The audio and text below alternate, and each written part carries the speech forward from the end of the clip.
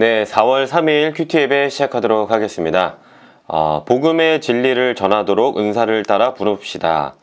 갈라디아서 2장 1절에서 10절 말씀 읽도록 하겠습니다.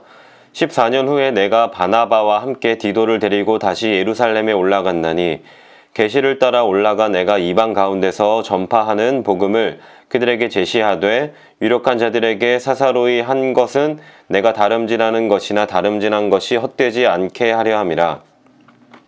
그러나 나와 함께 있는 헬라인 디도까지도 억지로 할례를 받게 하지 아니하였으니 이는 가만히 들어온 거짓 형제들 때문이라. 그들이 가만히 들어온 것은 그리스도 예수 안에서 우리가 가진 자유를 엿보고 우리를 종으로 삼고자 함이로되 그들에게 우리가 한시도 복종하지 아니하였으니 이는 복음의 진리가 항상 너희 가운데 있게 하려 함이라.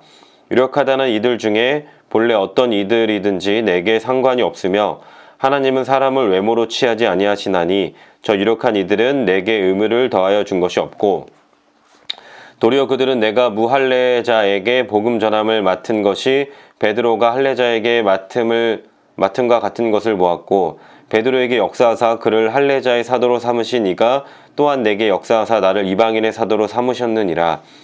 또 기둥같이 여기는 야고보와 게바와 요한도 내게 주신 은혜를 알므로 나와 바나바에게 친교의 약수를 하였으니 우리는 이방인에게로 그들은 할례자에게로 가게 하려 함이라. 다만 우리에게 가난한 자들을 기억하도록 부탁하였으니 이것은 나도 본래부터 힘써 행하여 왔노라. 아멘. 네, 오늘의 말씀 요약 읽도록 하겠습니다. 바울이 이방에 전한 복음을 예루살렘 교회에 제시했습니다. 그가 헬라인 동역자 디도에게 할례받게 하지 않음은 거짓 형제들에게 복종하지 않고 복음의 진리가 늘 성도들 안에 있게 하기 위함이었습니다. 베드로를 할례자의 사도로 삼으신 하나님은 또한 바울을 이방인의 사도로 삼으셨습니다. 아멘. 본문에서 읽도록 하겠습니다. 거짓 형제를 분별하라. 예수님이 이루신 대속에 인간의 노력을 더해야 한다는 가르침은 대속의 완전함을 무시한 가짜입니다. 바울은 예수님을 믿어 그리스도인이 되고도 할례를 받아야 한다고 주장하는 이들을 거짓 형제라고 부릅니다. 그는 헬라인 동역자 디도에게 억지로 할례를 권하지 않았습니다. 이는 바른 복음을 전하고 성도들이 복음으로 인해 누리는 자유를 빼앗기지 않도록 하기 위함이었습니다. 복음을 변질시키려는 거짓 세력들은 언제나 존재합니다. 그래서 분별의 지혜가 필요합니다. 그들을 이기는 가장 좋은 무기는 복음의 진리입니다. 복음의 진리는 바울과 동역자들을 하나로 묶는 방편이자 거짓 형제들을 몰아내는 최고의 무기입니다. 복음 전도자는 성도들이 복음의 순수성을 끝까지 지키도록 돕는 복음의 파수꾼입니다. 바울은 거짓 형제들이 가만히 들어온 목적이 무엇이라 말하나요?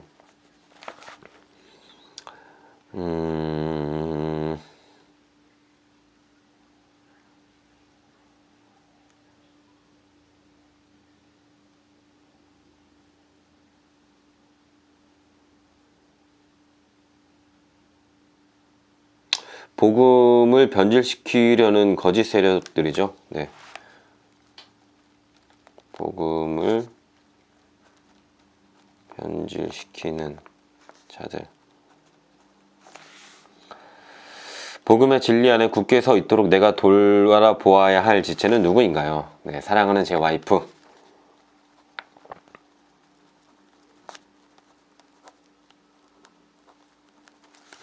유대인 사역자, 이방인 사역자. 각 사람의 사명은 달라도 목적은 같습니다. 유명인이 전하든 무명인이 전하든 복음의 능력은 한결같습니다. 단지 사역의 대상에 차이가 있을 뿐입니다. 베드로가 할례자의 사도라면 바울은 이방인의 사도입니다. 이는 초대교회의 기둥 같은 사도들도 친교의 약수를 나누며 인정해준 사실입니다. 은사에 따른 부르심으로 인해 무명의 사도 바울이 담대할 수 있었습니다. 이렇듯 바울은 자신을 향한 부르심이 베드로와 다르지 않다고 말함으로써 성도들에게 자신의 사도권을 확증합니다. 하나님은 외모로 사람을 취하지 않으시고 그분의 은사와 부르심에는 후회가 없으십니다. 그러므로 각자 부르심을 따라 담대하게 은혜의 복음을 전해야 합니다. 하나님이 베드로와 바울을 각각 누구에게 복음 전하는 사도로 삼으셨나요? 베드로는 할례자,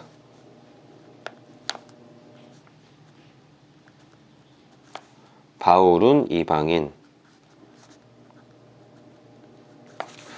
교회 혹은 직장에서 은사에 따라 하나님이 내게 맡기신 일은 무엇인가요? 사실 저는 프리랜서다 보니까 직장은 없고요. 교회에서는 어떤 은사를 얻게 하실지 아직은 저도 잘 모르겠습니다.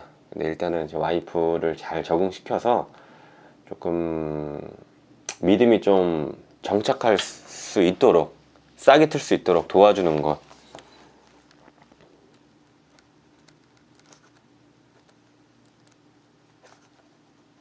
네, 오늘의 기도 드리도록 하겠습니다. 하나님, 복음에 무언가를 더 보태려 하는 잘못에 빠지지 않게 하시고 구원을 얻기 위해 억지로 자기 공로를 쌓으려는 어리석은 생각을 버리게 하소서.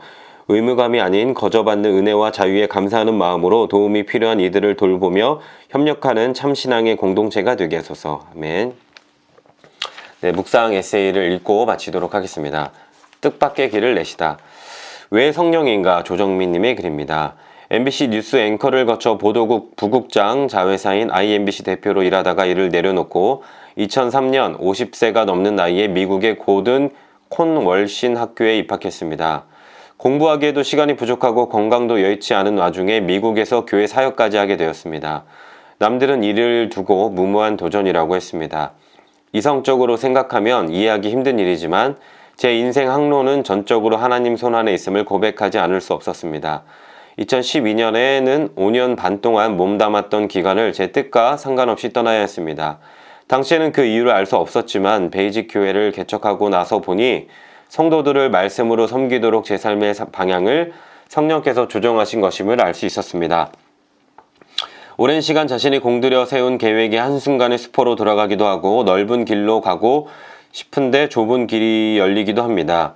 그럴 때 필요한 것은 성령의 인도하심에는 실수가 없다는 믿음입니다. 그분은 우리에게 비전을 주시고 동역자를 만나게 하시며 하나님의 계획을 이루는 데 필요한 것들을 마련해 주십니다. 그런데 우리가 안전한 곳만 골라 다니려 하고 스스로 세운 인생 계획을 이루려고 안간힘을 쓴다면 성령의 인도하심을 절대 보지 못합니다. 자신의 노력과 열심이 아닌 성령의 인도하심을 의지하며 따르고자 하는 겸손한 태도를 지니십시오. 아멘. 저도 사실 지금 요즘에 좀 일이 좋은 방향으로 풀리기 위해서 좀 노력을 하고 있는데 그게 또 저의 욕심인지 아니면 그 길이 아닐 수도 있으니까요. 항상 성령님의 인도하심을 기다리는 우리 크리스찬들이 되셨으면 좋겠습니다. 샬롬.